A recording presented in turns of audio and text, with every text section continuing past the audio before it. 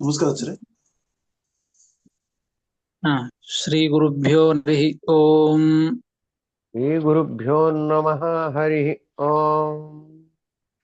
ನಾರಾಯಣಾಯ ಪರಿಪೂರ್ಣ ಗುಣಾರ್ಣವಾಯ ನಾರಾಯಣಾಯ ಪರಿಪೂರ್ಣ ಗುಣಾರ್ಣವಾಯ ವಿಶ್ವೋದಯ ಸ್ಥಿತಿಲಯೋನ್ನಿಯತಿಪ್ರದಾಯ ವಿಶ್ವೋದಯ ಸ್ಥಿತಿ ಲಯೋನ್ನಿಯತಿ ಪ್ರದಾಯ ಜ್ಞಾನಪ್ರದಾಯ ವಿಬುಧಾಸುರ ಸೌಖ್ಯ ದುಃಖ ಜ್ಞಾನಪ್ರದಾಯ ವಿಬುಧಾಸುರ ಸೌಖ್ಯ ದುಃಖ ಕಾರಣಾಯ ವಿತತಾಯ ನಮೋ ನಮಸ್ತೆ. ತತ್ಕಾರಣಾಯ ವಿತತಾಯ ನಮೋ ನಮಸ್ತೆ. ಅಶೇಷ ವಾಗ್ಜಾಡ್ಯಮಲಾಪಹಂತ್ರಿ ಅಶೇಷ ವಾಗ್ಜಾಡ್ಯಮಲಾಪಹಂತ್ರಿ ನವಂ ನವಂ ಸ್ಪಷ್ಟ ಸುವಾಕ್ಪ್ರದಾಯಿನಿ ನವಂ ನವಂ ಸ್ಪಷ್ಟ ಸುವಾಕ್ಪ್ರದಾಯಿನಿ ಮಮೇಹ ಜಿಹ್ವಾಗ್ರಸುರಂಗನರ್ತಕೀ ಮಮೇಹ ಜಿಹ್ವಾಗ್ರಸುರಂಗನರ್ತಕೀ ಪ್ರಸನ್ನಾ ವದನೆ ಚ ಮೇ ಶ್ರೀಃ. ಭವಪ್ರಸನ್ನಾ ವದನೆ ಚ ಮೇ ಶ್ರೀಃ. ಅಭ್ರಮಂ ಭಂಗರಹಿತಂ ಅಜಡಂ ವಿಮಲಂ ಸದಾ ಅಭ್ರಮಂ ಭಂಗರಹಿತಂ ಅಜಡಂ ವಿಮಲಂ ಸದಾ ಆನಂದತೀರ್ಥಮತುಲಂ ಭಜೆ ತಾಪತ್ರಯಾಪಹಂ. ಆನಂದತೀರ್ಥಮತುಲಂ ಭಜೆ ತಾಪತ್ರಯಾಪಹಂ.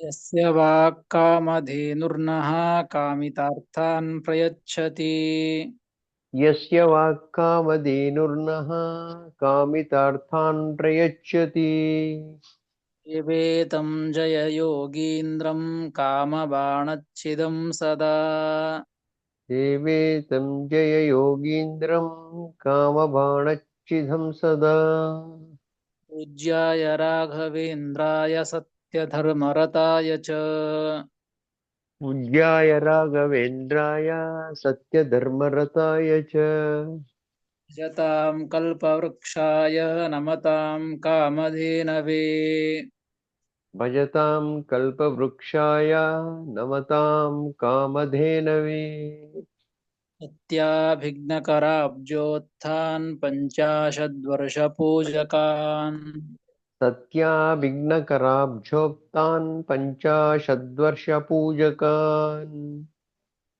ಸತ್ಯಪ್ರಮೋದತೀರ್ಥಾರ್ಯಾನ್ ನೌಮಿನ್ಯಾಯ ಸುಧಾರತಾನ್ ಸತ್ಯಪ್ರಮೋದತೀರ್ಥಾರ್ಯಾನ್ ನೌಮಿ ನ್ಯಾಯಸುಧಾರತಾನ್ ಅಪಾದಮೌಲಿಪರ್ಯಂತಂ ಗುರುಣಾಮಾಕೃತಿಂ ಸ್ಮರೇತ್. ಆಪಾದಮೌಲಿಪರ್ಯಂತಂ ಗುರುಣಾಂ ಆಕೃತಿಂ ಸ್ಮರೇತ್. ತೇನ ವಿಘ್ನಾಃ ಪ್ರಣಶ್ಯಂತಿ ಸಿದ್ಧ್ಯಂತಿ ಚ ಮನೋರಥಾಃ. ತೇನ ವಿಘ್ನಃ ಪ್ರಣಶ್ಯಂತಿ ಸಿದ್ಧಿಂಚಿತಮನೋರಥಾಃ. ಶ್ರೀ ಗುರುಭ್ಯೋ ನಮಃ ಹರಿ ಓಂ. ಶ್ರೀ ಗುರುಭ್ಯೋ ನಮಃ ಹರಿ. ಶ್ರೀಮನ್ಮಹಾಭಾರತ ತಾತ್ಪರ್ಯ ನಿರ್ಣಯ ಮೊದಲನೇ ಅಧ್ಯಾಯ ಸರ್ವಶಾಸ್ತ್ರ ಅರ್ಥ ನಿರ್ಣಯ. ನಿನ್ನೆ ತಿಳಿದಂತೆ, ನಿನ್ನೆ ಶ್ರೀಮದಾಚಾರ್ಯರು ತಿಳಿಸಿಕೊಟ್ಟಂತೆ ಪುರಾಣಗಳನ್ನ ಉದಾಹರಣೆ ಮಾಡ್ತಾ ಇದ್ದದ್ದು. ಅಂದ್ರೆ ಯಾರು ಭಕ್ತಿಯಿಂದಲೇನೆ ಮೋಕ್ಷ, ಭಕ್ತಿ ಇಲ್ಲದೆ ಹೋದ್ರೆ ಮೋಕ್ಷ ಇಲ್ಲ ಎಂಬ ವಿಷಯದೊಳಗೆ ವೇದಗಳನ್ನ ಪ್ರಮಾಣ ಕೊಟ್ಟರು. ಈಗ ಪುರಾಣಗಳನ್ನ ಪ್ರಮಾಣ ಕೊಡ್ತಾ ಇದ್ದದ್ದು. ನೀನೆ ತಿಳಿದಂತೆ ನಿಶೇಷ ಧರ್ಮಕರ್ತಾಪ್ಯಭಕ್ತಸ್ತೆ ನರಕೆ ಹರೆ ಸದಾ ತಿಷ್ಠತಿ ಭಕ್ತಶ್ಚೇತ್ ಬ್ರಹ್ಮಹಾಪಿ ವಿಮುಚ್ಯತೆ. ಭಗವಂತನ ಭಕ್ತ ಇಲ್ಲದೆ ಹೋಗಿದ್ದರೆ, ಭಗವಂತನ ಭಕ್ತನಾಗದೇ ಇದ್ದಂತಹ ವ್ಯಕ್ತಿ ಎಲ್ಲ ಧರ್ಮಗಳನ್ನ ಮಾಡಿದರೂ ಕೂಡ ಅವನು ನರಕಕ್ಕೆ ಹೋಗ್ತಾನೆ. ಯಾಕೆ? ಭಕ್ತಿನೇ ಇರೋದಿಲ್ಲ ಅವನಿಗೆ. ಭಕ್ತನಲ್ಲದೇ ಇರೋದರಿಂದ, ಭಕ್ತನಲ್ಲದೇ ಇರೋದಂದ್ರೆ ಭಕ್ತಿ ಮಾಡಿರೋದಿಲ್ಲ. ಭಕ್ತಿ ಇಲ್ಲದೇನೆ ಕರ್ಮಗಳನ್ನು ಮಾಡಿರ್ತಾನೆ. ಅದಕ್ಕಾಗಿ ಅವನಿಗೆ ನರಕನೇ ಸಿಗೋದು. ಆದ್ರೆ ಭಕ್ತಶ್ಚೇತ್, ಭಕ್ತಿ ಮಾಡಿ ಭಕ್ತ ಇದ್ದಂತಹ ವ್ಯಕ್ತಿ ಅವನು ಬ್ರಹ್ಮಹಾಪಿ ವಿಮುಚ್ಯತೆ, ಬ್ರಹ್ಮಹತ್ಯೆ ಮಾಡಿದರೂ ಕೂಡ ಅದರಿಂದ ವಿಮುಕ್ತನಾಗ್ತಾನೆ ಅಂತ ಪುರಾಣದ ವಚನವನ್ನ ಕೊಟ್ಟು ಭಕ್ತಿನೇ ಮೋಕ್ಷಕ್ಕೆ ಸಾಧನ ಎಂಬ ವಿಷಯದೊಳಗೆ ಪ್ರಮಾಣವನ್ನ ಕೊಟ್ರು.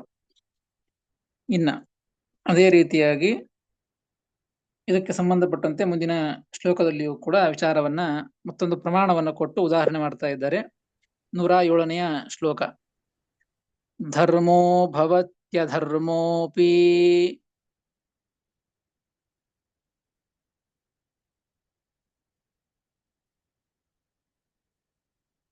ಕೇಳಿಸ್ತಾ ಧರ್ಮೋ ಇದೆಯಲ್ಲ? ಧರ್ಮೋ ಭವತ್ಯಧರ್ಮೋಪಿ ಕೃತೋ ಭಕ್ತೈಸ್ತವಾಚ್ಯುತ ಕೃತೋ ಭಕ್ತೈಸ್ತವಾಚ್ಯುತ ಪಾಪಂ ಭವತಿ ಧರ್ಮೋಪಿ ಪಾಪಂ ಭವತಿ ಧರ್ಮೋಪಿ ಯೋ ನ ಭಕ್ತೈ ಕೃತೋ ಹರೇ ಯೋ ನ ಭಕ್ತೈ ಕೃತೋ ಹರೇ.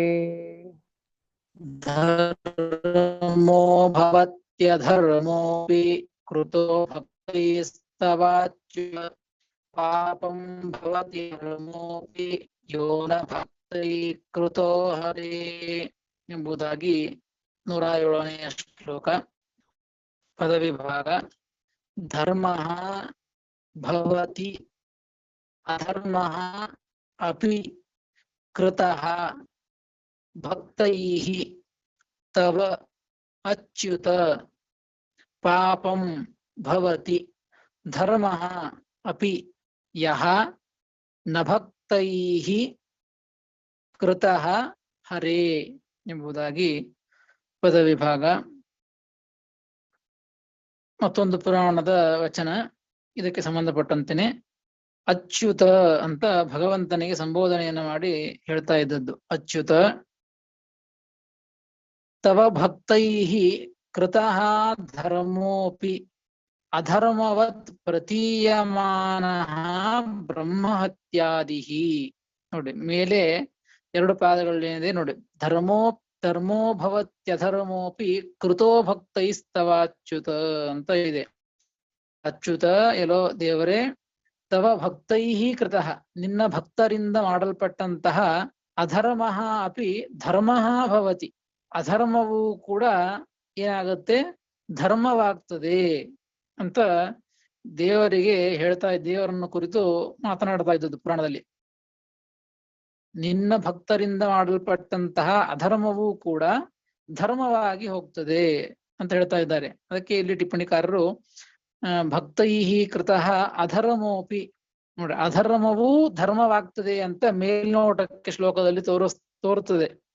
ಅಧರ್ಮ ಹೆಂಗ್ ಧರ್ಮ ಆಗ್ತದ್ರಿ ಅಂತ ಪ್ರಶ್ನೆ ಬರ್ತದೆ.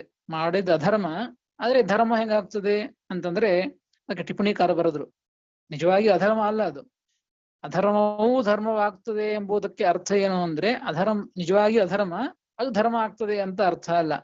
ಅಧರ್ಮವತ್ ಪ್ರತೀಯಮಾನ ಅಂತ ಅರ್ಥ. ಅದಕ್ಕೆ ಅಧರ್ಮ ಅಂತ ತೋರ್ತಾ ಇರ್ತದೆ ನೋಡುವವರ ಕಣ್ಣಿಗೆ. ಅಧರ್ಮವತ್ ಪ್ರತೀಯಮಾನ, ನೋಡುವಂತವರ ಕಣ್ಣಿಗೆ ಅಧರ್ಮ ಅಂತ ತೋರ್ತಾ ಇರ್ತದೆ, ಆದ್ರೆ ನಿಜವಾಗಿಯೂ ಅದು ಧರ್ಮವೇ ಆಗಿರುತ್ತದೆ. ಟಿಪ್ಪಣಿಕಾರ ಬರೆದ್ರು, ಅಧರ್ಮೋಪಿ ಅಧರ್ಮವತ್ ಪ್ರತೀಯಮಾನ ಬ್ರಹ್ಮಹತ್ಯಾದಿಃ. ಅಧರ್ಮದಂತೆ ತೋರುವಂತಹ ಬ್ರಹ್ಮಹತ್ಯೆ ಮೊದಲಾದಂತಹ ಇವು ಅಧರ್ಮ ಅಂತ ಕಾಣಿಸ್ತಾ ಇರ್ತವೆ ಕೆಲವು ಪ್ರಸಂಗದಲ್ಲಿ, ಆದ್ರೆ ಅವು ಧರ್ಮವೇ ಆಗಿರ್ತದೆ. ಆದ್ರೆ ನಿಜವಾಗಿ ಅಧರ್ಮ ಅಲ್ಲ ಅದು. ಏನ್ ಹಾಗಾದರೆ ಬ್ರಹ್ಮಹತ್ಯೆ ಅಧರ್ಮ ಅಲ್ವಾ, ಬ್ರಾಹ್ಮಣನನ್ನ ಸಂಹಾರ ಮಾಡೋದು ಅಧರ್ಮ ಅಲ್ವಾ ಅಂತಂದ್ರೆ ಅದಕ್ಕೆ ಹೇಳಿದ್ದಿಲ್ಲಿ ಬ್ರಹ್ಮಹತ್ಯಾದಿ ಅಂತಹ ಅದಕ್ಕೆ ಎಲ್ಲಾ ಬ್ರಾಹ್ಮಣರನ್ನ ಸಂಹಾರ ಮಾಡೋದು ಅಂತ ಅರ್ಥ ಅಲ್ಲ. ಕೆಲವು ಪ್ರಸಂಗದಲ್ಲಿ ಬಂದಂತಹದ್ದು. ಉದಾಹರಣೆಗೆ ಇಂದ್ರದೇವರು ವೃತ್ರಾಸುರನನ್ನ ಸಂಹಾರ ಮಾಡ್ತಾರೆ. ವೃತ್ರಾಸುರನನ್ನ ಸಂಹಾರ ಮಾಡಿದಾಗ ಆಗ ಬ್ರಹ್ಮಹತ್ಯೆ ಬಂತು. ಆ ಬ್ರಹ್ಮಹತ್ಯೆ ಬಂದಾಗ ಅದಕ್ಕೆ ಮತ್ತೆ ಪ್ರಾಯಶ್ಚಿತ್ತವನ್ನು ಮಾಡಿಕೊಳ್ತಾರೆ. ನಿಜವಾಗಿಯೂ ಕೂಡ ಪ್ರಾಯಶ್ಚಿತ್ತವನ್ನು ಕೊಳ್ಳುವಂತಹದ್ದು ಪ್ರಸಂಗ ಬೇರೆ ಕಾರಣಕ್ಕಾಗಿ, ಮತ್ತೊಬ್ಬನಿಗೆ ಶಾಪವನ್ನು ಕೊಡಿಸೋದಿದೆ, ಅದಕ್ಕಾಗಿ ಆ ವ್ಯಕ್ತಿಯನ್ನ ಶಾಪ ಕೊಡಿಸೋದಕ್ಕಾಗಿ ಭಗವಂತನ ಸಂಕಲ್ಪ ಇದ್ದದ್ದಕ್ಕಾಗಿ ಈ ಭಗವಂತನ ಆಜ್ಞೆಯಂತೆ ಇಲ್ಲಿ ಬ್ರಹ್ಮಹತ್ಯೆಯನ್ನ ಮಾಡಿದ್ದು ಇಂದ್ರದೇವರು. ಹೀಗಾಗಿ ಭಗವಂತನ ಆಜ್ಞಾ ಪರಿಪಾಲನೆ ಮಾಡಿದ್ದು. ಭಗವಂತನ ಆಜ್ಞೆಯನ್ನ ಪರಿಪಾಲನೆ ಮಾಡಿದ್ದು ಧರ್ಮನೇ ಇದು. ಆದ್ರೆ ಭಗವಂತನ ಆಜ್ಞೆ ಪರಿಪಾಲನೆ ಮಾಡಿದ್ದಾದ್ರೂ ಕೂಡ ನೋಡುವವರ ಕಣ್ಣಿಗೆ ಅದು ಬ್ರಹ್ಮಹತ್ಯ ಅಂತ ಅನಿಸ್ತದೆ. ಹೀಗಾಗಿ ಇಂಥವ್ರು ಮಾಡಿದಂತಹ ಬ್ರಹ್ಮಹತ್ಯೆನೇ ಹೊರತು ಎಲ್ಲರೂ ಮಾಡಿದ್ದದ್ದಂತ ಅರ್ಥ ಅಲ್ಲ. ಹೀಗಾಗಿ ಅಧರ್ಮೋಪಿ ಅಂದ್ರೆ ಅಧರ್ಮವತ್ ಪ್ರತೀಯಮಾನ ಬ್ರಹ್ಮಹತ್ಯಾದಿಹಿ, ಅಧರ್ಮದಂತೆ ತೋರ್ತಾ ಇರತಕ್ಕಂತಹ ಕೆಲವು ಬ್ರಹ್ಮಹತ್ಯಾದಿಗಳು ಇವು ಧರ್ಮ ಭವತಿ, ಧರ್ಮ ಸಾಧ್ಯ ಫಲ ಸಾಧನಂ ಭವತಿ, ಮೋಕ್ಷಕ್ಕೆ ಸಾಧನವೇ ಆಗ್ತದೆ. ಯಾಕೆ? ಆ ಇಂದ್ರದೇವರು ಮಾಡಿದಂತಹ ಬ್ರಹ್ಮಹತ್ಯೆ ಇದು ಭಗವಂತನ ಆಜ್ಞೆ, ಇದು ಭಗವಂತನ ಆಜ್ಞಾ ಪರಿಪಾಲನೆ, ಇದು ಮೋಕ್ಷ ಸಾಧನವೇ. ಹೀಗಾಗಿ ಅಧರ್ಮದಂತೆ ತೋರ್ತಾ ಇದ್ರೂ ಕೂಡ ಅದು ಧರ್ಮವೇ ಅಂತ ತಿಳಿಸಿಕೊಡ್ತಾ ಇದ್ದದ್ದು. ಇನ್ನು ಮುಂದೆ ಪಾಪಂ ಭವತಿ ಧರ್ಮೋಪಿ ಯೋ ನ ಭಕ್ತೈ ಕೃತೋ ಹರೇ. ಹೇ ಹರೇ, ಎಲ್ಲೋ ದೇವರೇ, ನ ಭಕ್ತೈ ಕೃತಃ ಯಹ ಧರ್ಮೋಪಿ. ನ ಭಕ್ತ ಅಂದ್ರೆ ಅಭಕ್ತ ಅಂತ ಅರ್ಥ. ನಿನ್ನ ಭಕ್ತನಲ್ಲದೆ ಇರತಕ್ಕಂಥ ವ್ಯಕ್ತಿ, ಭಕ್ತ ವಿರೋಧಿ, ಭಕ್ತರಿಗೆ ವಿರೋಧಿಯಾದಂತಹ ವ್ಯಕ್ತಿಯಿಂದ ಮಾಡಲ್ಪಟ್ಟಂತಹ ಧರ್ಮವೂ ಕೂಡ, ಯಜ್ಞಯಾಗಾದಿ ಧರ್ಮಗಳು ಕೂಡ ಇದೇನಾಗ್ತದೆ, ಇದು ಪಾಪಂ ಭವತಿ, ಇದು ಪಾಪಕ್ಕೆ ಸಾಧನವಾಗ್ತದೆ, ಅಂದ್ರೆ ಅಧರ್ಮವಾಗ್ತದೆ ಅಂತ ಅರ್ಥ. ಅದು ಅಂದ್ರೆ ಭಕ್ತರು ಮಾಡಿದಂತಹದ್ದು ಅಧರ್ಮ ಅಂತ ತೋರ್ತಾ ಇರ್ತದೆ, ಆದ್ರೆ ಧರ್ಮವೇ ಆಗ್ತದೆ. ಇನ್ನು ಅಭಕ್ತರು ಮಾಡಿದ್ದು, ಭಕ್ತರಲ್ಲದೆ ಇದ್ದಂತಹ ವ್ಯಕ್ತಿಗಳು ಮಾಡಿದ್ದು ಧರ್ಮ ಆದರೂ ಕೂಡ ಅದು ಪಾಪಂ ಭವತಿ, ಅದು ಅಧರ್ಮವಾಗ್ತದೆ. ನೋಡು, ನ ಭಕ್ತೈ ಅಭಕ್ತೈ ಭಕ್ತ ವಿರೋಧಿಭಿ ವಾ ಕೃತಃ ಧರ್ಮೋಪಿ ಯಜ್ಞಾದಿ ಪಾಪಂ ಪಾಪ ಫಲ ಸಾಧನಂ ಭವತಿ. ಪಾಪ ಫಲಕ್ಕೆ ಸಾಧನವೇ ಆಗ್ತದೆ ಹೊರತು ಅದು ಸರ್ವತಾ ಧರ್ಮವಾಗೋದಿಲ್ಲ ಅಂತ ಈ ರೀತಿಯಾಗಿ ಈ ಒಂದು ಪುರಾಣ ವಚನವನ್ನು ಕೊಟ್ಟು, ಹಾಗಾದರೆ ಧರ್ಮ ಸಾಧನ ಪಾಪ ಸಾಧನ, ಪಾಪ ಫಲ ಸಾಧನವಾಗಬೇಕಾದರೆ ಇದು ಭಕ್ತಿ ಇರಬಾರದು. ಭಕ್ತಿ ಇದ್ದರೇನೆ ಅದು ಪುಣ್ಯ ಫಲ ಸಾಧನವಾಗ್ತದೆ. ಪುಣ್ಯಕ್ಕೆ ಸಿಗುವಂತಹ ಫಲ ಅದು ಮೋಕ್ಷ. ಅಂತಹ ಮೋಕ್ಷಕ್ಕೆ ಸಾಧನವಾದದ್ದು ಭಕ್ತಿನೇ ಆಗ್ತದೆ ಹೊರತು ಸರ್ವಥಾ ಭಕ್ತಿ ಇಲ್ಲದೆ ಹೋದರೆ ಅದು ಪಾಪ ಫಲಕ್ಕೆ ಸಾಧನವೇ ಆಗುವುದು. ಹೀಗಾಗಿ ಭಕ್ತಿನೇ ಮೋಕ್ಷ ಸಾಧನ ಎಂಬುವ ವಿಷಯದೊಳಗೆ ಈ ಒಂದು ಶ್ಲೋಕವು ಕೂಡ ಪ್ರಮಾಣ. ಧರ್ಮೋ ಭವತ್ಯಧರ್ಮೋಪಿ ಕೃತೋ ಭಕ್ತೈ ಸ್ತವಾಚ್ಯುತ ಪಾಪಂ ಭವತಿ ಧರ್ಮೋಪಿ ಯೋ ನ ಭಕ್ತೈ ಕೃತೋ ಹರೇ ಎಂಬುದಾಗಿ ಪ್ರಮಾಣವನ್ನು ಕೊಟ್ಟು, ಇದೇ ರೀತಿಯಾಗಿ ಮತ್ತೊಂದು ಪ್ರಮಾಣವನ್ನ ಶ್ರೀಮದಾಚಾರ್ಯರು ಪುರಾಣದ ವಚನವನ್ನ ಕೊಡ್ತಾರೆ. ಮುಂದಿನ ಶ್ಲೋಕ 108ನೇ ಶ್ಲೋಕ. ಇದು ಭಗವದ್ಗೀತೆಯ ಶ್ಲೋಕ. ಇದು ಕೂಡ ಒಂದು ಮಹಾಭಾರತದ ಒಂದು ಪ್ರಮಾಣ ಗ್ರಂಥವಾದ್ದರಿಂದ ಅದನ್ನ ಉದಾಹರಣೆಯನ್ನ ಮಾಡ್ತಾ ಇದ್ದದ್ದು. 108ನೇ ಶ್ಲೋಕ. ಭಕ್ತ್ಯಾ ತ್ವನನ್ಯಯಾ ಶಕ್ಯ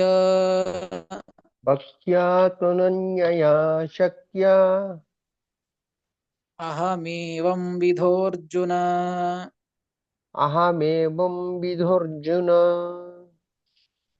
ಜ್ಞಾತುಂ ದ್ರಷ್ಟುಂ ಚ ತತ್ವೇನ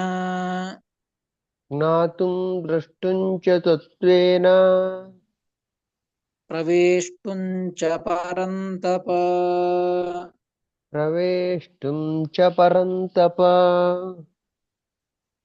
ಭಕ್ತ್ಯಾ ತ್ವನನ್ಯಯಾ ಶಕ್ಯ ಅಹಮೇವಂ ವಿಧೋರ್ಜುನ ಜ್ಞಾತುಂ ದ್ರಷ್ಟುಂ ಚ ತತ್ವೇನ ಪ್ರವೇಷ್ಟುಂ ಚ ಪರಂತಪ ಎಂಬುದಾಗಿ 108ನೇ ಶ್ಲೋಕ. ಪದವಿಭಾಗ. ಭಕ್ತ್ಯಾ ತು ಅನನ್ಯಯಾ ಶಕ್ಯಃ ಅಹಂ ಏವಂ ವಿಧಃ ಅರ್ಜುನ ಜ್ಞಾತುಂ ದ್ರಷ್ಟುಂ ಚ ತತ್ವೇನ ಪ್ರವೇಷ್ಟುಂ ಚ ಪರಂತಪ ಎಂಬುದಾಗಿ ಪದವಿಭಾಗ. ಕೃಷ್ಣ ಪರಮಾತ್ಮ ಅರ್ಜುನನಿಗೆ ಹೇಳ್ತಾ ಇದ್ದದ್ದು, ಏ ಅರ್ಜುನ ಅಂತ ಕೊನೆಗಿದೆ ನೋಡಿ, ಅಹಮೇವಂ ವಿಧೋರ್ಜುನ ಅಂತ ಅರ್ಜುನ ಅಂತ ಸಂಬೋಧನೆಯನ್ನ ಮಾಡಿ ಹೇಳ್ತಾ ಇದ್ದಾನೆ. ಏವಂ ವಿಧಃ ವಿಶ್ವರೂಪ ಅಹಂ. ಏ ಅರ್ಜುನನೇ, ಏವಂ ವಿಧಃ ಅಂದ್ರೆ ಹಿಂದೆ ವಿಶ್ವರೂಪವನ್ನ ಏನು ಭಗವಂತ ಕೃಷ್ಣನಿಗೆ ತೋರಿಸಿದ್ದಾನಲ್ಲ, ಆ ವಿಶ್ವರೂಪ. ಏವಂ ವಿಧ ಅಂದ್ರೆ ಈ ರೀತಿಯಾದದ್ದು, ಅಂದ್ರೆ ವಿಶ್ವರೂಪ ವಿಶ್ವರೂಪನಾದಂತಹ ಅಹಂ. ಏವಂ ವಿಧಃ ಅಹಂ ಅಂದ್ರೆ ವಿಶ್ವರೂಪ ಇರುವಂತಹ ನಾನು. ಅನನ್ಯಯಾ ಭಕ್ತಿಯ ಶಕ್ಯ, ಅನನ್ಯವಾದಂತಹ ಭಕ್ತಿಯಿಂದ ನಾನು ತಿಳಿದುಕೊಳ್ಳಿಕ್ಕಾಗಲಿ, ನೋಡ್ಲಿಕ್ಕಾಗಲಿ, ನನ್ನನ್ನು ಪ್ರವೇಶ ಮಾಡ್ಲಿಕ್ಕಾಗಲಿ ಅನನ್ಯವಾದಂತಹ ಭಕ್ತಿಯಿಂದ ಅದು ಆಗ್ತದೆ ಅಂತ ದೇವರು ಹೇಳ್ತಾ ಇದ್ದಾನೆ. ಹೇ ಅರ್ಜುನ, ವಿಶ್ವರೂಪನಾದಂತಹ ನಾನು ನನ್ನ ದರ್ಶನವಾಗಬೇಕು, ನನ್ನ ಜ್ಞಾನವಾಗಬೇಕು ಅಂತಂದ್ರೆ ಹೇಗೆ ಅಂದ್ರೆ ಅನನ್ಯಯ ಭಕ್ತ್ಯ ಶಕ್ಯ. ಅನನ್ಯಯ ಎಂಬುದಕ್ಕೆ ರಮಾ ಬ್ರಹ್ಮಾದಿಷು ಕ್ರಿಯಮಾಣಾಯ ಭಕ್ತೇ ಅತಿಶಯಿತಯ ಭಕ್ತ್ಯ. ಲಕ್ಷ್ಮೀದೇವಿ, ಬ್ರಹ್ಮದೇವರು, ಅನೇಕ ದೇವತೆಗಳು ಎಲ್ಲ ಅನೇಕ ಲಕ್ಷ್ಮೀ ಮೊದಲಾದಂತಹ ಎಲ್ಲ ದೇವತೆಗಳಲ್ಲಿ ಮಾಡುವಂತಹ ಭಕ್ತಿ ಏನಿದೆಯೋ ಅದಕ್ಕಿಂತಲೂ ಮಿಗಿಲಾದಂತಹ ಭಕ್ತಿ, ಅದಕ್ಕಿಂತಲೂ ಅನನ್ಯಯ ಭಕ್ತ್ಯ ನೋಡಿ ಶಕ್ಯ ಅಂತಿದೆ, ಅದನ್ನ ಎಲ್ಲ ಕಡೆ ಸೇರಿಸಿಕೊಳ್ಬೇಕು. ಜ್ಞಾತುಂ ಶಕ್ಯ, ಅನನ್ಯಯ ಭಕ್ತ್ಯ ಜ್ಞಾತುಂ ಶಕ್ಯ, ಅನನ್ಯಯ ಭಕ್ತ್ಯ ದ್ರಷ್ಟುಂ ಶಕ್ಯ, ಅನನ್ಯಯ ಭಕ್ತ್ಯ ಪ್ರವೇಷ್ಟುಂ ಶಕ್ಯ ಅಂತ ಇಟ್ಕೊಳ್ಬೇಕು ಅದನ್ನ. ಅಂದ್ರೆ ಅತಿಶಯಿತವಾದಂತಹ ಇವರಿಗಿಂತಲೂ ಅತಿಯಾದಂತಹ ಭಕ್ತಿಯಿಂದ ನಾನು ತತ್ವೇನ ಯಾವತ್ ಪರೋಕ್ಷೇಣ ಜ್ಞಾತುಂ, ತತ್ವೇನ ಜ್ಞಾತುಂ ಅಂತ ಅಲ್ಲನ್ನೇ ಮಾಡ್ಕೋಬೇಕು. ಜ್ಞಾತುಂ ಅಂದ್ರೆ ತಿಳಿದುಕೊಳ್ಳುವ ಸಲುವಾಗಿ ಅಂತ ಅರ್ಥ. ಹೇಗೆ ತಿಳಿದುಕೊಳ್ಳುವ ಅಂದ್ರೆ ತತ್ವೇನ ಜ್ಞಾತಂ ಅಂದ್ರೆ ಪರೋಕ್ಷೇಣ ಜ್ಞಾತುಂ ಅಂತ ಅರ್ಥ. ಯಥಾಯೋಗ್ಯವಾಗಿ, ಯೋಗ್ಯತಾನುಸಾರವಾಗಿ, ಪರೋಕ್ಷವಾಗಿ ಅಂದ್ರೆ ಕೇಳಿ ತಿಳಿದುಕೊಳ್ಳುವುದು ಭಗವಂತನ ಬಗ್ಗೆ. ಈ ಭಗವಂತನ ಬಗ್ಗೆ ಕೇಳಿ ತಿಳಿದುಕೊಳ್ಳಬೇಕಾದರೂ ನನ್ನ ಮೇಲೆ ಅತಿಶಯಿತವಾದಂತಹ ಭಕ್ತಿ ಮಾಡಿದರೇನೆ ಕೇಳಿ ತಿಳಿದುಕೊಳ್ಳಲಿಕ್ಕೆ ಆಗ್ತದೆ. ನನ್ನ ಬಗ್ಗೆ ನನ್ನನ್ನ ತಿಳಿದುಕೊಳ್ಳೋದು, ಕೇಳಿ ತಿಳಿದುಕೊಳ್ಳೋದು ಅದು ಹೇಗೆ ಅಂದ್ರೆ ಹೇಗೆ ಸಾಧ್ಯ ಅಂದ್ರೆ ನನ್ನ ಮೇಲೆ ಅನನ್ಯವಾದಂಥ ಭಕ್ತಿಯನ್ನ ಮಾಡಿದ್ದರೆ ಪರೋಕ್ಷ ಜ್ಞಾನವಾಗ್ತದೆ. ಅದೇ ರೀತಿಯಾಗಿ ಹಾಗೆಯೇನೆ ಅನನ್ಯವಾದಂತಹ ಭಕ್ತಿಯನ್ನ ಮಾಡಿದರೆ ಅಪರೋಕ್ಷೇಣ ದ್ರಷ್ಟುಂ, ದ್ರಷ್ಟುಂ ಅಂತಿದೆ. ದ್ರಷ್ಟುಂ ಎಂಬುದಕ್ಕೆ ಕಾಣುವ ಸಲುವಾಗಿ, ನನ್ನನ್ನು ಕಾಣಬೇಕಂದ್ರೂ ಅನನ್ಯವಾದಂತಹ ಭಕ್ತಿಯಿಂದಲೇನೆ ಕಾಣ್ಲಿಕ್ಕೆ ಆಗ್ತದೆ. ಕಾಣೋದು ಹೆಂಗೆ ಅಂದ್ರೆ ಅಪರೋಕ್ಷೇಣ ದ್ರಷ್ಟುಂ ಅಂತ ಅರ್ಥ. ಪ್ರತ್ಯಕ್ಷವಾಗಿ ಕಾಣೋದು ಭಗವಂತನನ್ನ. ಪರೋಕ್ಷವಾಗಿ ಅಂದ್ರೆ ಶಾಸ್ತ್ರಗಳ ಶ್ರವಣ ಮಾಡಿ ಕೇಳಿ ತಿಳಿದುಕೊಳ್ಳುವುದು ಬೇರೆ. ಅದು ಹಂಗಾಗ್ಬೇಕಂದ್ರೂ ಅನನ್ಯವಾದಂತ ಭಕ್ತಿ ಇದ್ದರೇನೆ ಅದರಿಂದ ಆ ಒಂದು ಅವಕಾಶ ಸಿಗ್ತದೆ, ಕೇಳಿ ತಿಳಿದುಕೊಳ್ಳಿಕ್ಕೆ ಆಗ್ತದೆ. ಭಗವಂತನನ್ನ ನೋಡಬೇಕಾದರೂ ಅಪರೋಕ್ಷೇಣ ದ್ರಷ್ಟುಂ, ಭಗವಂತನ ಅಪರೋಕ್ಷ ಜ್ಞಾನವನ್ನು ಮಾಡಿಕೊಳ್ಳಬೇಕಾದರೂ ಕೂಡ ಅನನ್ಯವಾದಂತಹ ಭಕ್ತಿ ಬೇಕೇ ಬೇಕು. ಕೇಳಿ ತಿಳಿದುಕೊಳ್ಳಿಕ್ ಬೇಕಂದ್ರೇನೆ ಅನನ್ಯವಾದಂತಹ ಭಕ್ತಿ ಬೇಕು ಅಂದ ಮೇಲೆ ಭಗವಂತನ ದರ್ಶನ ಸ್ಪಷ್ಟವಾಗಿ ಪ್ರತ್ಯಕ್ಷವಾಗಿ ಭಗವಂತನ ದರ್ಶನವನ್ನ ಮಾಡಿಕೊಳ್ಳಬೇಕು ಅಂತಂದ್ರೆ ಅನನ್ಯವಾದಂತಹ ಭಕ್ತಿ ಬೇಕೇ ಬೇಕು. ಅಷ್ಟೇ ಅಲ್ಲ, ಕೊನೆಗೆ ಹೇ ಪರಂತಪ, ಎಲ್ಲೋ ಅರ್ಜುನನೇ, ಪ್ರವೇಷ್ಟುಂ, ಪ್ರವೇಷ್ಟುಂ ಅಂದ್ರೆ ಭಗವಂತನನ್ನ ಪ್ರವೇಶ ಮಾಡೋದು ಅಂದ್ರೆ ಭಗವಂತನ ಲೋಕಕ್ಕೆ ಹೋಗೋದು, ಮೋಕ್ಷಕ್ಕೆ ಹೋಗೋದು ಅಂತ ಅರ್ಥ. ಮುಕ್ತವು ಪ್ರವೇಷ್ಟುಂ ಅಂತ ಅರ್ಥ ಬರೀತಾರೆ. ಪ್ರವೇಷ್ಟುಂ ಎಂಬುದಕ್ಕೆ ಮುಕ್ತವು ಪ್ರವೇಷ್ಟುಂ, ಮುಕ್ತಿಯಲ್ಲಿ ಪ್ರವೇಶ ಮಾಡಬೇಕಾದರೂ ಕೂಡ ಅನನ್ಯಯ ಭಕ್ತ್ಯ ಪ್ರವೇಷ್ಟುಂ ಶಕ್ಯ. ನನ್ನನ್ನ ಅನನ್ಯವಾದಂತಹ ಭಕ್ತಿಯನ್ನ ಮಾಡೋದರಿಂದಲೇನೆ ಆ ಮೋಕ್ಷವನ್ನು ಸೇರ್ಲಿಕ್ಕೆ ಆಗ್ತದೆ. ಮೋಕ್ಷವನ್ನು ಸೇರಬೇಕಾದರೂ, ಮೋಕ್ಷವನ್ನ ಪ್ರವೇಶ ಮಾಡಬೇಕಾದರೂ ಕೂಡ ನನ್ನ ಮೇಲೆ ಅನನ್ಯವಾದಂತಹ ಲಕ್ಷ್ಮೀದೇವಿ ಮೊದಲಾದಂತಹ ಎಲ್ಲ ದೇವತೆಗಳಿಗಿಂತಲೂ ಮಿಗಿಲಾದಂತಹ ಭಕ್ತಿಯನ್ನ ಮಾಡಿದರೇನೆ ಮೋಕ್ಷವನ್ನ ಪ್ರವೇಶ ಮಾಡಲಿಕ್ಕೆ ಆಗ್ತದೆ.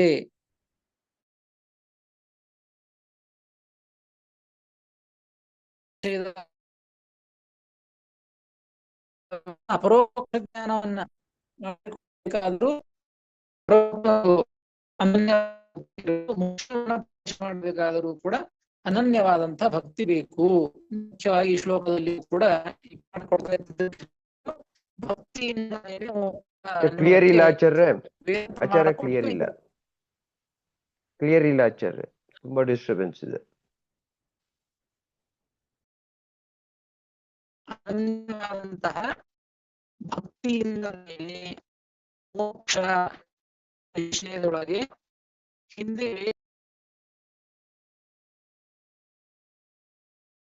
ಏನು ಕೇಳಿಸ್ತಾ ಇಲ್ಲ.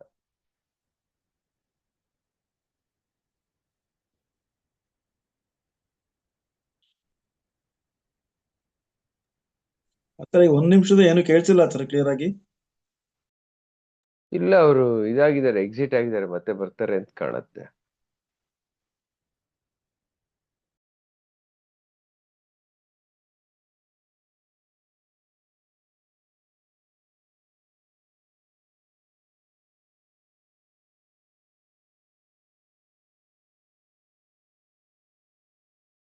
ನಮಃ. 104 ಶ್ಲೋಕದವರೆಗೆ ವೇದಗಳನ್ನ, 105ನೇ ಶ್ಲೋಕದವರೆಗೆ ವೇದಗಳನ್ನ ಪ್ರಮಾಣಗಳನ್ನಾಗಿ ಉದಾಹರಣೆ ಮಾಡಿದ್ದು ಶ್ರೀಮದಾಚಾರ್ಯರು. ಭಕ್ತಿಯಿಂದಲೇನೆ ಮೋಕ್ಷ ಎಂಬ ವಿಷಯದೊಳಗೆ ಈ 106, 107, 108 ಈ ಶ್ಲೋಕಗಳಿಂದ ಪುರಾಣ ಶ್ಲೋಕಗಳು ಇವು. ಈ ಪುರಾಣ ಶ್ಲೋಕಗಳಿಂದ ಏನು ತಿಳಿಸಿಕೊಡ್ತಾ ಇದ್ದಾರೆ? ಭಕ್ತಿಯಿಂದಲೇನೆ ಮೋಕ್ಷ ಎಂಬ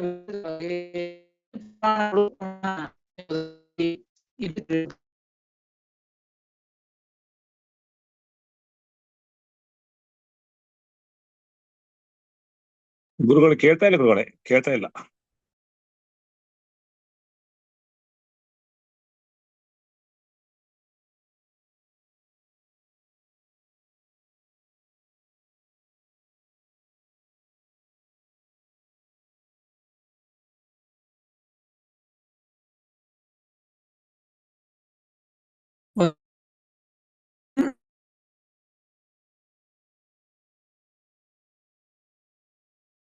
ಏನಿಲ್ಲ ಆಚಾರ್ಯ, ಇನ್ನೊಂದ್ಸತಿ ಎಕ್ಸಿಟ್ ಆಗಿ ಮತ್ತೆ ಜಾಯಿನ್ ಆಗಿ ಆಚಾರ್ಯ, ಏನು ಬರ್ತಾ ಇಲ್ಲ.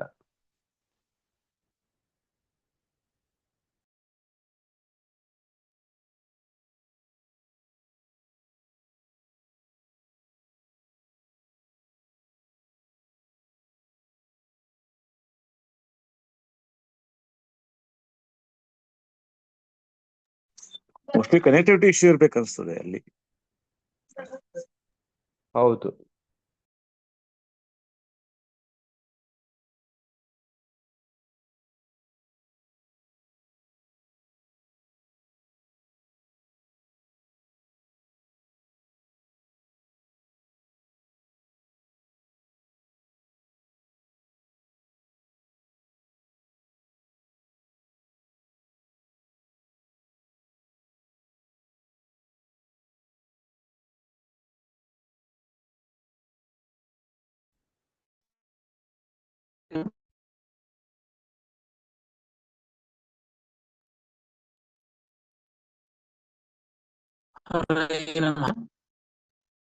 ಇಲ್ಲ ಆಚಾರ್ಯ, ಏನು ಕೇಳಿಸ್ತಾ ಇಲ್ಲ, ಸರಿಯಾಗಿ ಕೇಳಿಸ್ತಾ ಇಲ್ಲ.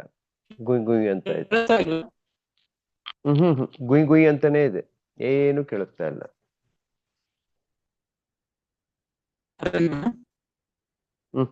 ಏನಿಲ್ಲ ಆಚಾರ್ಯ, ಇವಾಗಲೂ ಗುಯ್ ಗುಯ್ ಅನ್ನತ್ತೆ.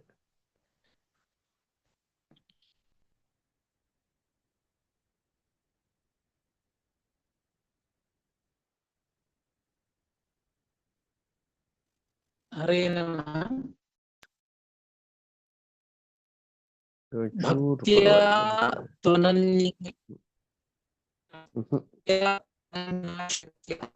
ಇಲ್ಲ ಇಲ್ಲ, ಏನಿಲ್ಲ ಏನಿಲ್ಲ ಆಚಾರ್ಯ, ಏನಿಲ್ಲ. ಕಟ್ ಆಗ್ತಾ ಇದೆ ಗುರುಗಳೇ, ಕಟ್ ಆಗ್ತಾ ಇದೆ.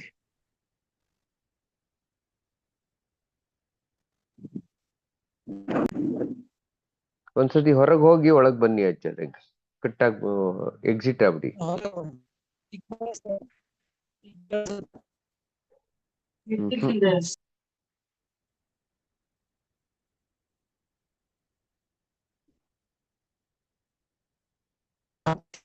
ಶಕ್ಯಃ ಅಹಮೇವಂ ವಿಧೋರ್ಜುನ ಜ್ಞಾತುಂ ದ್ರಷ್ಟುಂ ಚ ತತ್ವೇನ ಪ್ರವೇಷ್ಟುಂ ಚ ಪರಂತಪ. ಕೇಳಿಸುತ್ತಾ ಈಗ? ಕೇಳಿಸ್ತಾ ಇದೆ. ಈಗ ಕೇಳ್ತಾ ಇದೆ ಗುರುಗಳೇ, ಈಗ ಕೇಳ್ತಾ ಇದೆ. ಆಚಾರ್ಯ, ನೀವು 105ವರೆಗೂ ಅಂತ ಒಂದು ಹೇಳಿ, ಆಮೇಲೆ 106ರಿಂದ 108ವರೆಗೂ ಬೇರೆ ಶ್ಲೋಕ, ಎಲ್ಲಾ ಶ್ಲೋಕಗಳು ಬಂದು ಭಕ್ತಿನೇ ಮುಖ್ಯ ಅಂತ ಹೇಳ್ತಾ ಇದ್ದಾರೆ. ಅದೇನೋ ರಿಪೀಟ್ ಮಾಡಿ ಆಚಾರ್ಯ. 106ನೇ ಶ್ಲೋಕದವರೆಗೆ, 105ನೇ ಶ್ಲೋಕದವರೆಗೆ ವೇದಗಳನ್ನ ಪ್ರಮಾಣವನ್ನಾಗಿ ಕೊಟ್ಟಿದ್ದು. ಭಕ್ತಿಯಿಂದಲೇನೆ ಮೋಕ್ಷ ಎಂಬ ವಿಷಯದೊಳಗೆ ವೇದಗಳನ್ನ ಪ್ರಮಾಣವನ್ನಾಗಿ ಕೊಟ್ಟದ್ದು. ಇನ್ನು ಮುಂದಿನ 3 ಶ್ಲೋಕಗಳು ಇವು ಪುರಾಣದ ಶ್ಲೋಕಗಳು ಅಂತ ಹೇಳ್ತಾ ಇದ್ದದ್ದು. ಹಿಂದೆ ವೇದಗಳನ್ನ ಪ್ರಮಾಣ ಕೊಟ್ಟದ್ದು, ಈಗ ಭಕ್ತಿಯಿಂದಲೇನೆ ಮೋಕ್ಷ ಎನ್ನುವ ವಿಷಯದೊಳಗೆ ಪುರಾಣಗಳನ್ನ ಪ್ರಮಾಣವನ್ನಾಗಿ ಕೊಟ್ಟದ್ದು.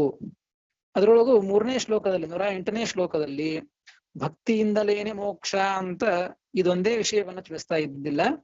ಭಕ್ತಿಯಿಂದಲೇನೆ ಪರೋಕ್ಷ ಜ್ಞಾನ, ಭಕ್ತಿಯಿಂದಲೇನೆ ಅಪರೋಕ್ಷ ಜ್ಞಾನ, ಭಕ್ತಿಯಿಂದಲೇನೆ ಮೋಕ್ಷ ಎಂಬುದಾಗಿ ಈ 3 ಕೂಡ ಕೃಷ್ಣ ಪರಮಾತ್ಮ ಅರ್ಜುನನಿಗೆ ಜ್ಞಾತುಂ ದ್ರಷ್ಟುಂ ಚ ತತ್ವೇನ ಪ್ರವೇಷ್ಟುಂಚ ಪರಂತಪ ಅಂತ ಈ ರೀತಿಯಾಗಿ ತಿಳಿಸಿಕೊಡ್ತಾ ಇದ್ದಾನೆ.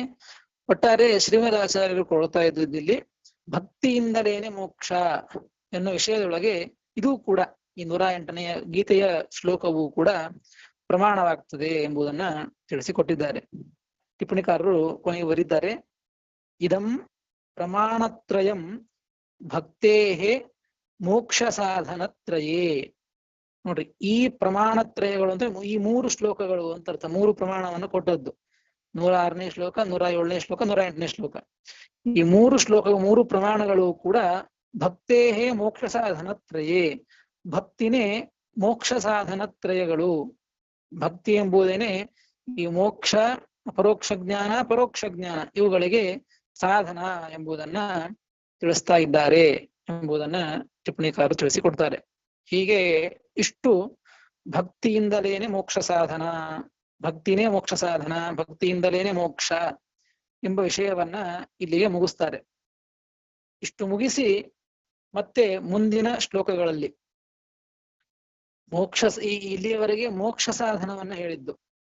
ಮೊದಲಿಗೆ ಯಾರು ಮೋಕ್ಷಕ್ಕೆ ಹೋಗ್ತಾರೆ, ಯಾರು ನಿತ್ಯ ಸಂಸಾರಿಗಳು, ಯಾರು ಅಂಧಂತಮಸ್ಸಿಗೆ ಹೋಗ್ತಾರೆ ಅಂತ ತಿಳಿಸ್ತಾ ಮೋಕ್ಷ ಸಾಧನ ಯಾವುದು ಎಂಬುದನ್ನ ತಿಳಿಸಿಕೊಟ್ರು. ಇಲ್ಲಿಯವರೆಗೆ ಮೋಕ್ಷ ಸಾಧನ ಭಕ್ತಿ ಎಂಬುದನ್ನ ತಿಳಿಸಿಕೊಟ್ರು. ಮತ್ತೆ ಮುಂದಿನ ಶ್ಲೋಕಗಳಲ್ಲಿ ತಮಸ್ಸಾಧನ, ತಮಸ್ಸಿಗೆ ಹೋಗಬೇಕಾದರೆ ಯಾರು ತಮಸ್ಸಿಗೆ ಹೋಗ್ತಾರೆ, ಅಸುರರು ತಮಸ್ಸಿಗೆ ಹೋಗ್ತಾರೆ. ಹಾಗಾದ್ರೆ ಅಸುರರು ತಮಸ್ಸಿಗೆ ಹೋಗಬೇಕಾದರೆ ಅವ್ರು ಏನು ಸಾಧನೆಯನ್ನು ಮಾಡಬೇಕು, ಹೆಂಗೆ ಮೋಕ್ಷಕ್ಕೆ ಹೋಗಬೇಕಾದರೆ ಮೋಕ್ಷ ಯೋಗ್ಯ ಜೀವಿಗಳು ಭಕ್ತಿಯನ್ನ ಮಾಡಬೇಕು ದೇವರ ಮೇಲೆ, ಅತಿಶಯವಾದಂತಹ ಭಕ್ತಿ. ಯಾರಲ್ಲಿಯೂ ಮಾಡದೇ ಇರುವಂತಹ ಇನ್ನೂ ಹೆಚ್ಚಿನದಾದಂತಹ ತನ್ನಲ್ಲಿ ಮಾಡುವಂತಹ ಪ್ರೀತಿಗಿಂತಲೂ ಅಧಿಕವಾದಂತಹ ಪ್ರೀತಿಯನ್ನ, ಎಲ್ಲರಿಗಿಂತಲೂ ಅಧಿಕವಾದಂತಹ ಪ್ರೀತಿಯನ್ನ ದೇವರ ಮೇಲೆ ಮಾಡುವಂತಹದ್ದಕ್ಕೆ ಭಕ್ತಿ ಅಂತ ಅನ್ನೋದು ಅದು ಸಾಧನ ಮೋಕ್ಷಕ್ಕೆ. ಹಾಗೆ ತಮಸ್ಸನ್ನ ಹೊಂದಬೇಕಾದರೆ ಅಸುರರು ತಮಸ್ಸಿಗೆ ಹೋಗ್ತಾರಲ್ಲ, ಅವರು ಏನು ಸಾಧನೆಯನ್ನ ಮಾಡಿದಾಗ ತಮಸ್ಸಿಗೆ ಹೋಗ್ತಾರೆ, ಅವರು ತಮಸ್ಸಿಗೆ ಹೋಗಬೇಕಾದ್ರೆ ಏನು ಸಾಧನೆಯನ್ನ ಮಾಡಬೇಕು ಎಂಬುದನ್ನ ಮುಂದಿನ ಶ್ಲೋಕಗಳಲ್ಲಿ ತಮಸ್ ಸಾಧನಗಳನ್ನ ತಿಳಿಸ್ತಾರೆ. ತಮಸ್ಸಿಗೆ ಸಾಧನಗಳು ಯಾವ್ಯಾವು, ಏನೇನು ಮಾಡಿದರೆ ತಮಸ್ಸನ್ನ ಹೊಂದಲಿಕ್ಕೆ ಆಗ್ತದೆ, ಅಸುರರು ತಮಸ್ಸನ್ನು ಹೊಂದ್ತಾರೆ ಎಂಬುದನ್ನ ಮತ್ತೆ ಮುಂದಿನ ಶ್ಲೋಕಗಳಲ್ಲಿ ತಿಳಿಸಿಕೊಟ್ಟಿದ್ದಾರೆ. ಅದನ್ನು ಮತ್ತೆ ಮುಂದೆ ತಿಳಿಯೋಣ ಅಂತ ಹೇಳ್ತೇನೆ. ಶ್ರೀಕೃಷ್ಣ ಅರ್ಪಣಮಸ್ತು. ಹರೇ ನಮಃ.